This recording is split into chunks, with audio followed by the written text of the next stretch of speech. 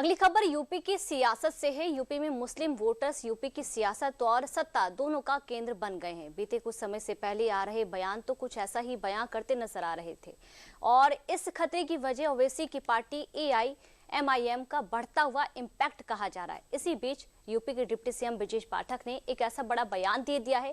वो बयान आखिरकार क्या है, उसके मायने क्या है, सब कुछ जानिए इस खास रिपोर्ट में। केवल दो बात समझ लो, जब कहीं जाए सपा वाले मिल जाए, केवल जाति आधारित पार्टियां हैं। अगर समाजवादी पार्टी को मुस्लिम समाज छोड़ दे तो ये 2% की पार्टी रह जाएगी, प्रधान नहीं चला पाएगी। यूपी के डिप्टी सीएम का ये बयान जितना तीखा लग रहा है, इस बयान के मायने उससे भी कहीं गहरे हैं। ये आवेश में आकर दी गई सियासी बयानबाजी नहीं है, बल्कि यूपी की सियासत में सपा की जमीनी हकीकत को बखूबी बयान कर रही है।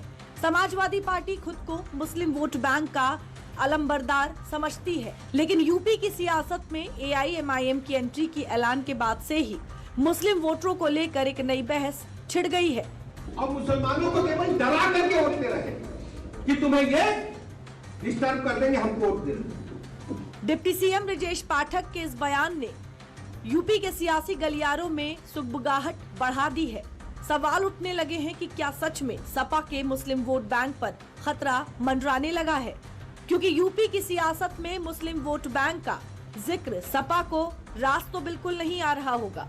सियासी गलियारों में गूंज रहे ये बयान 2027 के विधानसभा चुनाव में सपा के लिए मानी जा रही सबसे बड़ी आफत की दास्तान बयां कर रहे हैं।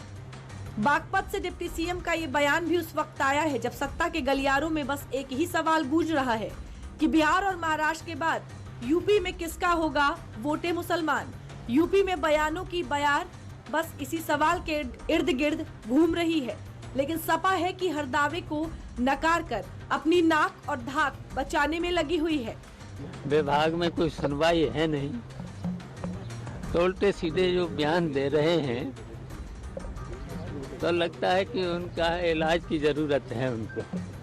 भारतीय जनता पार्टी अगर नफरत के एजेंडे से हट जाए, हिंदू मुसलमान के एजेंडे से हट जाए, मंदिर मस्जिद के एजेंडे से हट जाए, तो शायद उसको कोई पूछने वाला नहीं मिले। और पाठक जी का तो दल, उनको वो तो दल बदलने में माहिर हैं। जैसे ही वो नफरत के एजेंडे से हटेंगे वो किसी दल में शामिल हो जाएंगे। समाजवादी पार्टी PDA नारे के साथ अपने चुनाव की तैयारी कर रही है और PDA समाजवादी पार्टी के साथ है। मुसलमान, पिछड़ा, दलित और अब तो ब्राह्मण भी साथ है। तो पाठक जी को तो देखना चाहिए कि उनका समाज भी समाजवाद के साथ चला जा रहा है, समाजवादी पार्टी के साथ आ रहा है। अब उनकी जगह भी भाजपा में बचेगी या नहीं बचेगी। यूपी में विधानसभा चुनाव की आहट के साथ ही मुस्लिम वोट बैंक की सियासत ने जोर पकड़ लिया है। दरअसल इसके पीछे की सबसे बड़ी वजह है असदुद्दीन ओवैसी की पार्टी AIMIM की मजबूत दावेदारी। ओवैसी बीते कई चुनाव से विपक्ष के मुस्लिम वोट बैंक में सेंध लगाते आ रहे हैं और अब वो यूपी में भी ताल ठोक रहे हैं। ऐसे में AIMIM का एक्सटेंशन सपा के लिए टेंशन बनता जा रहा है। बिहार विधानसभा चुनाव में ओवैसी ने 5 सीटें जीती। AIMIM ने महाराष्ट्र में बढ़त हासिल कर सपा का किला गिराया। BMC चुनाव में 8 सीटें जीती। पूरे महाराष्ट्र में 125 सीटों पर जीत मिली। ओवैसी यूपी विधानसभा चुनाव 2027 के लिए ताल ठोक रहे हैं। 2022 विधानसभा चुनाव में AIMIM ने सपा को पहुंचाया था नुकसान। यूपी में कई सीटों पर मुस्लिम वोटरों की भूमिका निर्णायक होती है। माना जा रहा है महाराष्ट्र की तरह ओवैसी का नैरेटिव यूपी में भी सपा को नुकसान पहुंचा सकता है।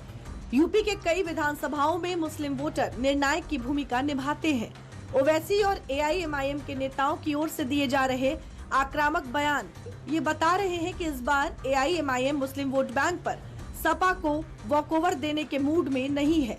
अगर AIMIM ने यूपी में अपनी जमीनी पैठ बढ़ाई तो सपा के MY यानी मुस्लिम यादव यारी में दरार पड़ने की पूरी संभावनाएं हैं। उत्तर प्रदेश में तो जाएंगे, उत्तर प्रदेश में दरी नहीं बिछाएंगे। उत्तर प्रदेश में MY PDA का ये सब झूठ बातें करते हैं ना, उनको उनके खिलाफ जाएंगे, आप निश्चिंत रहिए।